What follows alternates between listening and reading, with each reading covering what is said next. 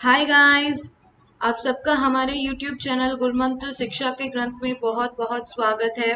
मैं हूं आपकी एजुकेटर सरन्या और आज हमारा part 5 class on plant biotechnology है।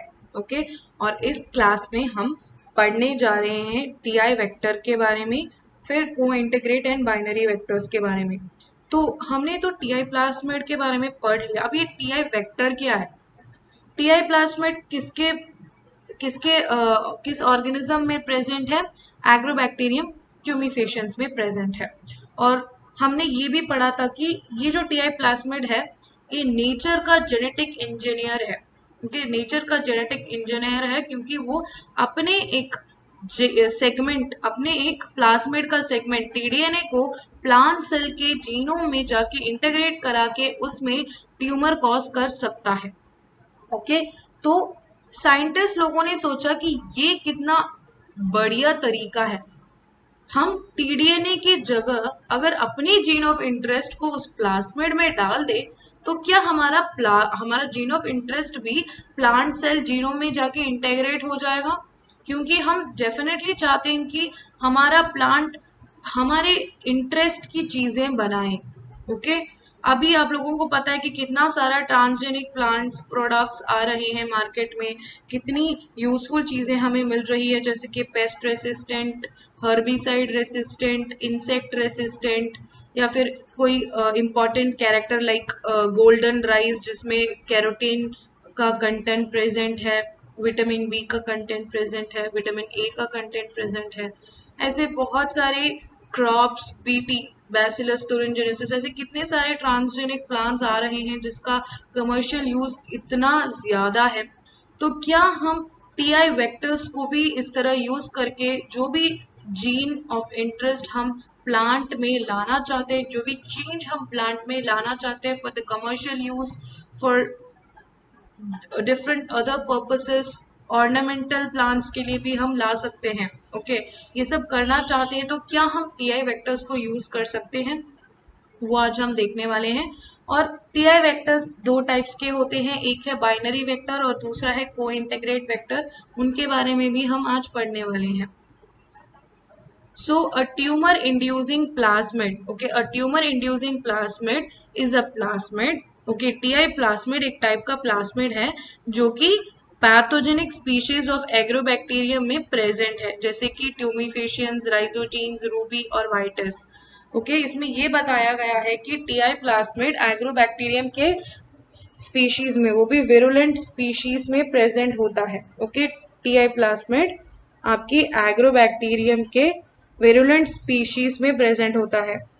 एवोल्यूशनरीली टॉकिंग, मतलब एवोल्यूशनरीली टॉकिंग टीआई प्लाज्मिड एक फैमिली का पार्ट था, एक स्पीशीज की फैमिली का पार्ट था। उस स्पीशीज का नाम है अल्फा प्रोटियोबैक्टीरिया। ओके, ये फैमिली नेम है। Okay.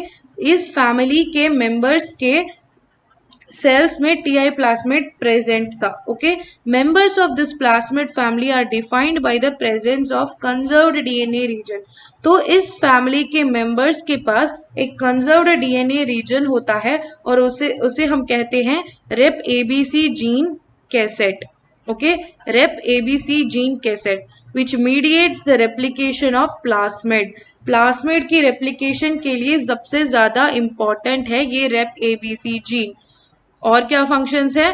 Partitioning of plasmid into daughter cells during the division as well as the maintenance of the low copy number, ये सब इस रेप एपीसी जीन का फंक्शन है। ओके। सो टीआई प्लाज्मिड क्या है, कहाँ प्रेजेंट होता है? एग्रोबैक्टीरियम स्पीशीज में प्रेजेंट होता है। और evolutionarily speaking TI plasmid alpha प्रोटियोबैक्टीरियम के फैमिली के पास होता है और इस फैमिली के पास एक सबसे ज्यादा कंजर्व्ड डीएनए रीजन होता है। ओके, उसे हम कहते हैं रेप एबीसी जीन कैसेट और ये रीजन सबसे ज्यादा इंपॉर्टेंट होता है रेप्लिकेशन के लिए, पार्टीशनिंग के लिए, to maintaining low copy number. Okay, so the Ti plasmid themselves are sorted into different categories. Ti plasmid में ही बहुत सारे कैटेगरीज प्रेजेंट है बेस्ड ऑन कौन से type of opine they are synthesising. Okay, उसके बेसिस पे बहुत सारे डिफरेंट कैटेगरीज में प्रेजेंट है। ताकि इस ओपाइन को बैक्टीरिया ब्रेक डाउन करके अपनी एनर्जी सोर्स की तरह यूज कर सके। Okay so the presence of this TI plasmid is essential for the bacteria to cause crown gall disease। तो ये TI plasmid बहुत ज़्यादा important होता है for causing crown gall disease। कैसे? क्योंकि इसमें कुछ crucial regions होते हैं, TI plasmid में, जैसे कि विरजीन्स या फिर विरुलेंस जीन्स, और दूसरा है TDNA। ये दोनों रीजन्स टीआई प्लाज्मिड में सबसे ज्यादा इंपॉर्टेंट होते हैं ताकि टीडीएनए को होस्ट प्लांट सेल में ट्रांसफर कर सके और वहां क्राउन गॉल डिजीज क्रॉस कर सके। Okay, so these regions have features that allow the delivery of the tDNA into the plant host cell। तो इन रीजन में कुछ ऐसी खासियत होती है जिसकी वजह से tDNA को हम प्लांट सेल के अंदर भेज सकते हैं and can modify the host plant cell to cause the synthesis। तो इसके वजह से क्या होता है, प्लांट सेल सिंथेसाइज करना शुरू हो जाता है हॉर्मोन्स को tDNA की वजह से। tDNA क्या करता है, प्लांट सेल के साथ जाके प्लांट के जीनोम में जाके इंटीग्रेट हो जाता है tDNA, और it will start producing hormones like auxin and cytokine, क्योंकि tDNA रीजन में ऑक्सिन और साइटोकाइन प्रोडक्शन के लिए हार्मोन्स प्रेजेंट है और ओपाइन को भी सिंथेसाइज कर सकता है, जिसकी वजह से आपको क्राउन गॉल ट्यूमर फॉर्म होता है प्लांट में। Because the tDNA region of the TI plasmid can be transferred from the bacteria, okay, it can be transferred from the bacteria to the plant cell। It represents an exciting avenue for the transfer of DNA between kingdoms and spurred large amounts of research on the TI plasmid and its possible uses in the bioengineering। क्योंकि tDNA reason को हम TI plasmid से bacterial cell से plant cell तक, मतलब एक kingdom से दूसरा kingdom, you can see right, from prokaryote से यूकैरियोट तक ट्रांसफर करा सकते हैं। तो इसमें बहुत सारी एक्साइटिंग एवेन्यूज है, एप्लीकेशन है बायो इंजीनियरिंग में। ओके तो ये है आपका विरजीन्स का डायग्राम। ओके विरजीन्स का डायग्राम है ये, इसमें आप देख सकते हैं this is agrobacterium tumefaciens, this is the plant cell. कैसे एग्रोबैक्टीरियम अपना tDNA प्लांट सेल के जीनोम में जाके इंटीग्रेट कर रहा है, उसका full overview is present in this diagram. आप इस डायग्राम को अच्छे से एक बार देख लीजिएगा। आई गिव यू 1 मिनट, उसके बाद हम इसको डिस्कस करेंगे। ओके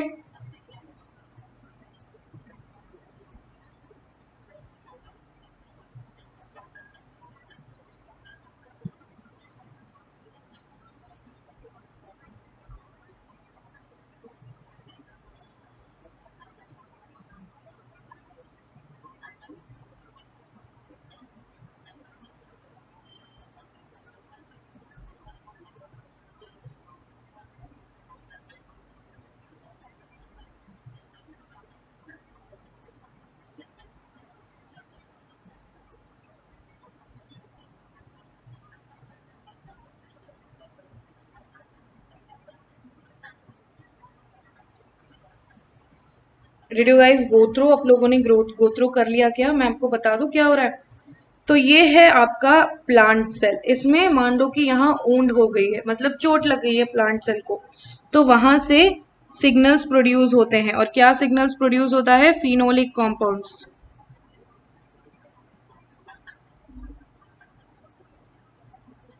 फिनोलिक कॉम्पाउंड्स प्रोड्यूस होने लगते हैं, और उस कॉम्पाउंड्स को कौन रिकॉग्नाइज कर सकता है? विर ए और विर जी जीन्स इस सिग्नल को रिकॉग्नाइज कर लेते हैं और क्या करते हैं, सारे के सारे विर जीन्स को एक्टिवेट कर देते हैं।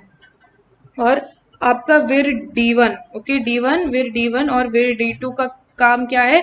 tDNA रीजन को रिकॉग्नाइज करके कट कर देना। ओके रिकॉग्नाइज करके कट कर देना, फिर उस रीजन को अलोंग विथ विर E2, D2 और E2, ये दोनों along with this will go inside the plant cell.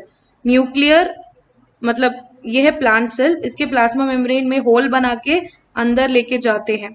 अंदर लेके जाने के बाद ये विर D2 E2 सब वहां से निकल जाएगा। सिर्फ आपका tDNA यहाँ अंदर न्यूक्लियस के अंदर, न्यूक्लियर पोर कॉम्प्लेक्स के अंदर आएगा, और यहाँ आप देख सकते हैं कैसे इंटीग्रेट हो चुका है प्लांट जीनोम के साथ।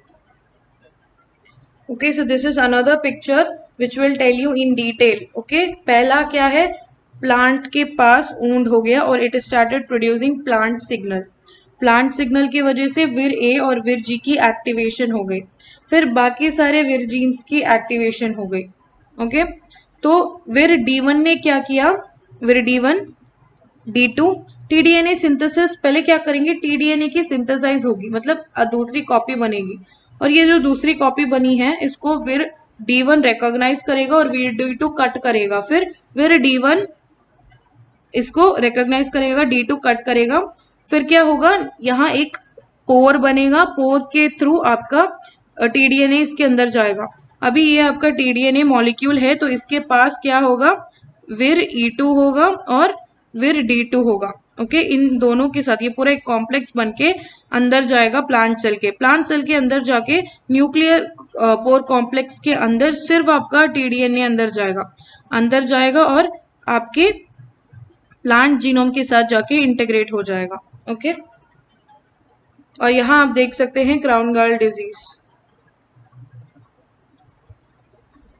अभी हम देखेंगे Ti vector. Ti plasmid is a natural vector for genetic engineered plant cells. तो नेचुरल जेनेटिक इंजीनियर है ये। Okay, due to its ability, इसके पास एबिलिटी है to transfer the T DNA from the bacterium to the plant genome. Bacteria के plasmid से plant के genome तक ले जाने की काबिलियत है।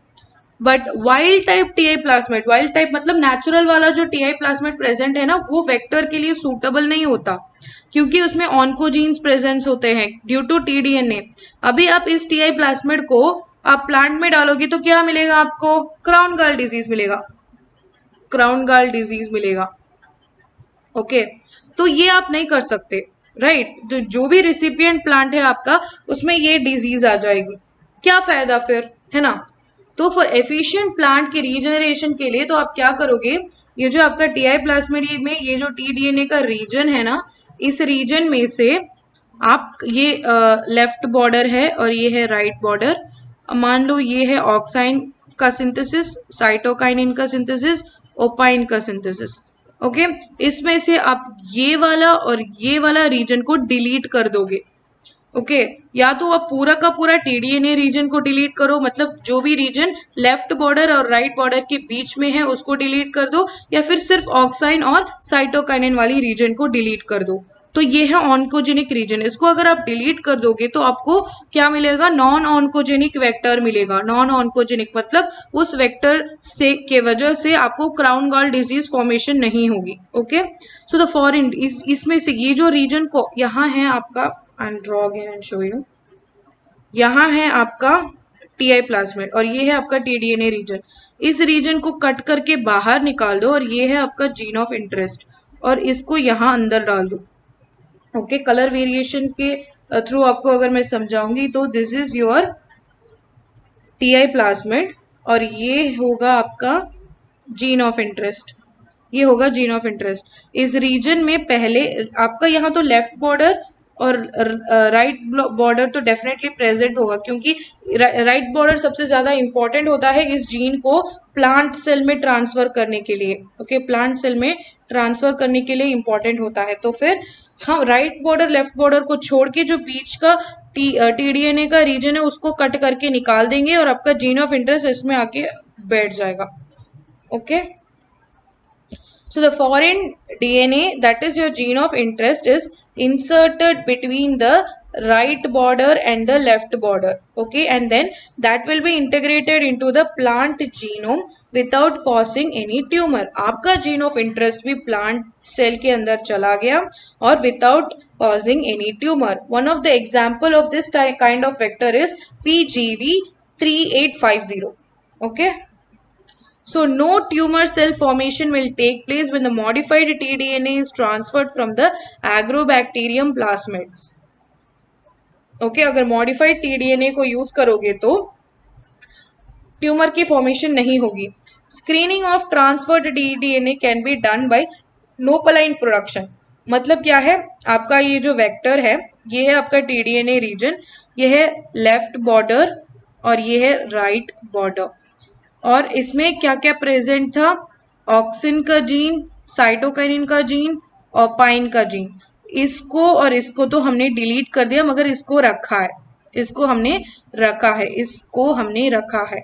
अगर ये चला गया और इस जगह में आपका जीन ऑफ इंटरेस्ट आके इंटीग्रेट हो गया, इस जगह में जीन ऑफ इंटरेस्ट आके इंटीग्रेट हो गया, अभी इस सेल को आप प्लांट में ट्रांसफॉर्म कर दो, इस सेल को आप प्लांट में ट्रांसफॉर्म करो और प्लांट को ग्रो करो in a region, okay, in a media. Plant cells को you can grow in a medium containing zero, मतलब ओपाइन ही नहीं है उस मीडिया में, न्यूट्रिएंट सोर्स ही नहीं है, ओपाइन नहीं है इस मीडिया में, आप ग्रो करो। अगर आपका जीन ऑफ इंटरेस्ट यहाँ आके अच्छी तरह से बैठ गया तो it will be useful for the screening purpose, marker की तरह यूज हो सकता है। Okay, it can be use like a marker. OCS and NOS genes can be use as a marker, क्योंकि वो ओपाइन को प्रोड्यूस करेगी जो कि न्यूट्रिएंट होता है, जो कि न्यूट्रिएंट होता है, क्योंकि उसमें से हम सिर्फ ऑक्सिन और साइटोकाइनिन का जीन को रिमूव कर रहे हैं, क्योंकि वही ऑन्कोजीन्स कॉज करने वाले जीन्स हैं। तो ये है आपका पूरा का पूरा clear picture perfect image. Okay, picture perfect image जिसमें आपको पूरा का पूरा TI प्लाज्मिड को वेक्टर की तरह कैसे यूज कर सकते हैं उसके बारे में क्रिस्टल क्लियर बताया गया है। I give you 1 minute, go through this, then we will talk.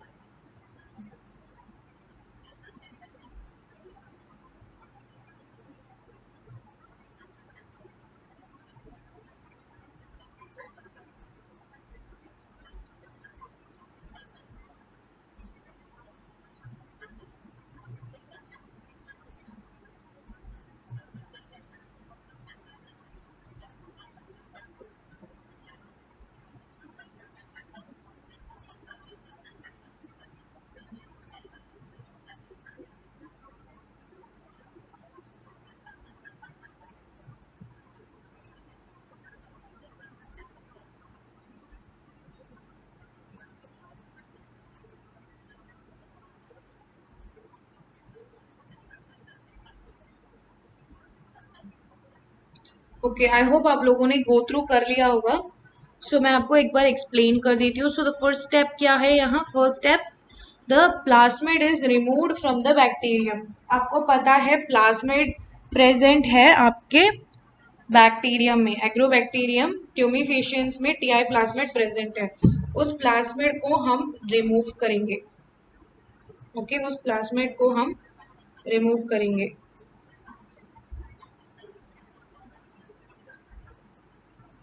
Okay, so you're going to remove the plasmid from the Agrobacterium tumefaciens, TI plasmid को रिमूव कर दिया। फिर using the restriction enzyme digestion TDNA को वहां से निकाल के फेंक देंगे, क्योंकि TDNA ही ट्यूमर को कॉज करता है, तो उसको हमने निकाल दिया। उस जगह जहां TDNA प्रेजेंट था वहां जाके हमने अपना फॉरेन DNA, जो कि आपका जीन ऑफ इंटरेस्ट है, उसको ऐड कर दिया।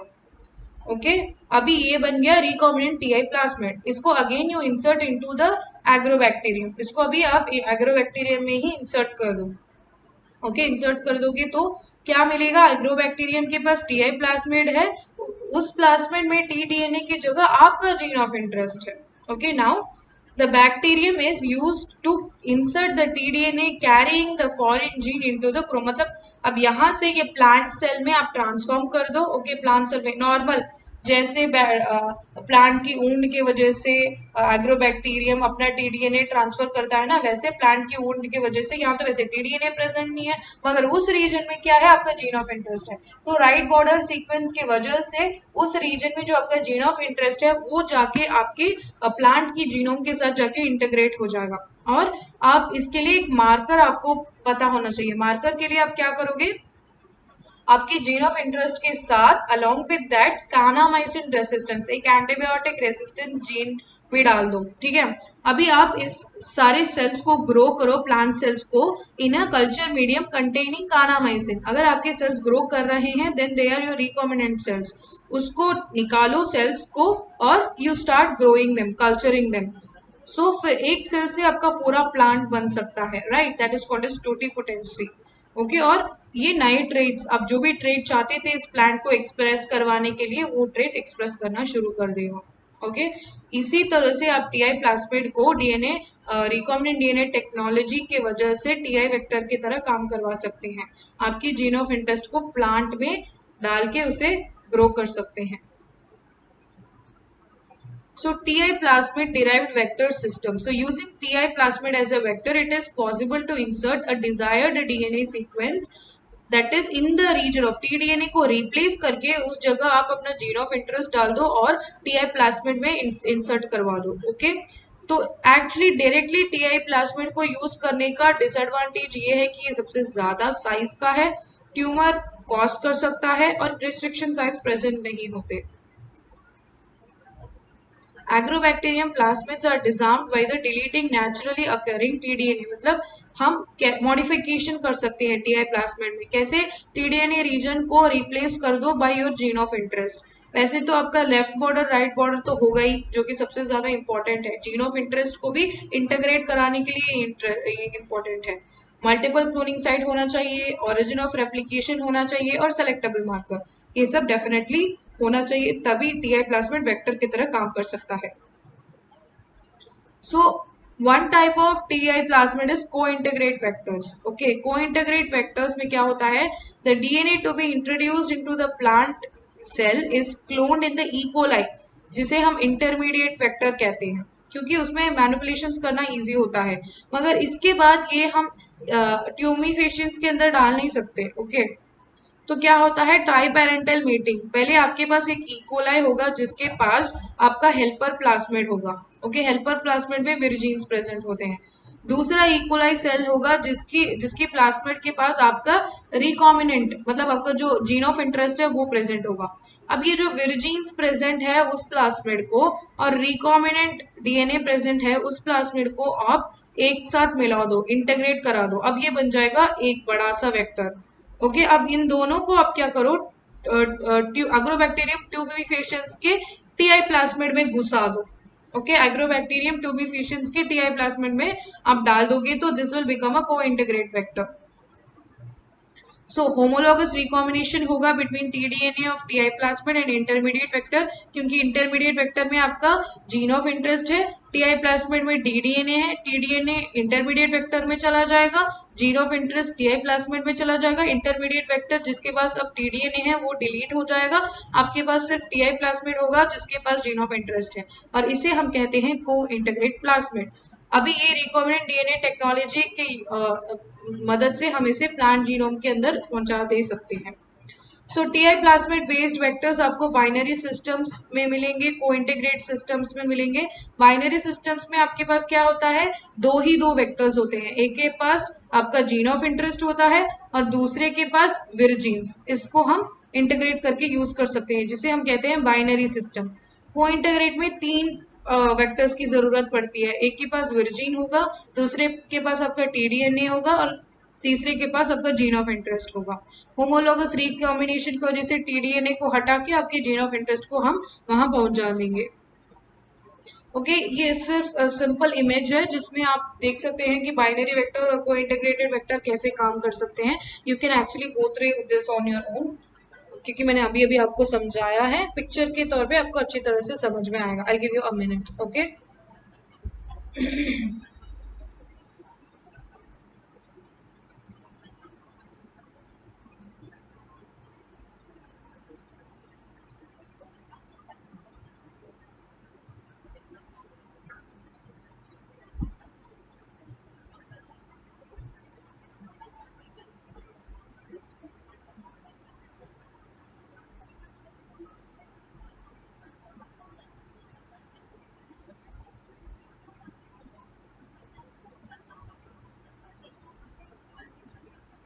आई होप आप लोगों ने गो थ्रू कर दिया होगा। ओके सो आज का क्लास आपका यही खत्म होता है। अगर आप CSIR नेट के एस्पिरेंट है then you can actually follow Neha Taneja ma'am, और अनअकैडमी पे सब्सक्रिप्शन ले लीजिए। आपको daily live classes, structured courses, live test and quizzes, unlimited access मिलेगा। 10% ऑफ के लिए you can use the code Neha. Like share subscribe and comment to the videos in our YouTube channel Gurumantra शिक्षा का ग्रंथ। आप हमारे टेलीग्राम चैनल में join कर सकते हैं जहां आपको रेगुलर अपडेट्स भी मिल जाएंगे। सो कोई भी क्वेरीज हो आपके पास तो you can actually mail to us at tanejanehaofficial@gmail.com, या फिर आप हमें कॉल करके बात कर सकते हैं 9351280000। Thank you so much guys, have a nice day, keep preparing, keep smiling, all the best to all of you.